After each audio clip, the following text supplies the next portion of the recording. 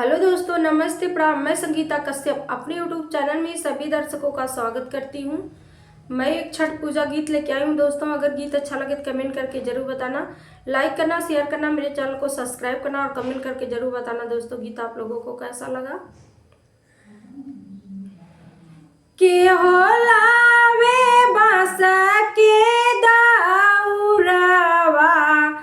के होलावे गैया के दूध,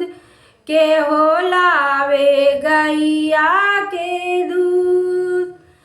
के होलावे पन के सोपड़िया, भैले या रगिया के बे, भैले या रगिया के बे, डोमलइए बांस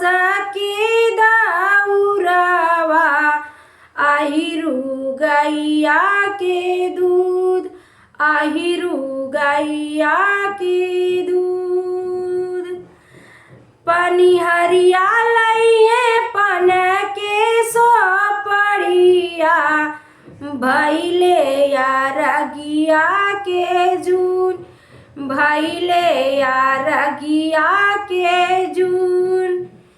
के होलइए फल फलहारिया,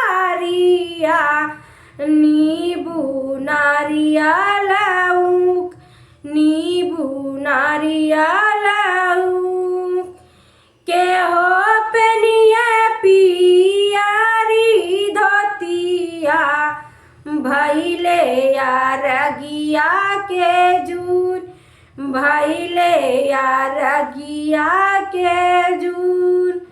देवर लइए फल फलहारिया, नींबू नारियल ऊख, नींबू नारियल ऊख,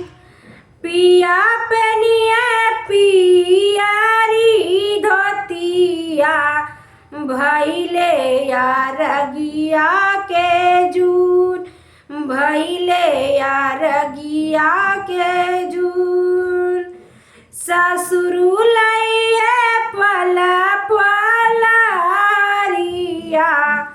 नींबू नारियल अनार, नींबू नारियल अनार, के हो पेनिया पियारी धोतिया, के भैले या रगिया के जून, भैले या रगिया के जून।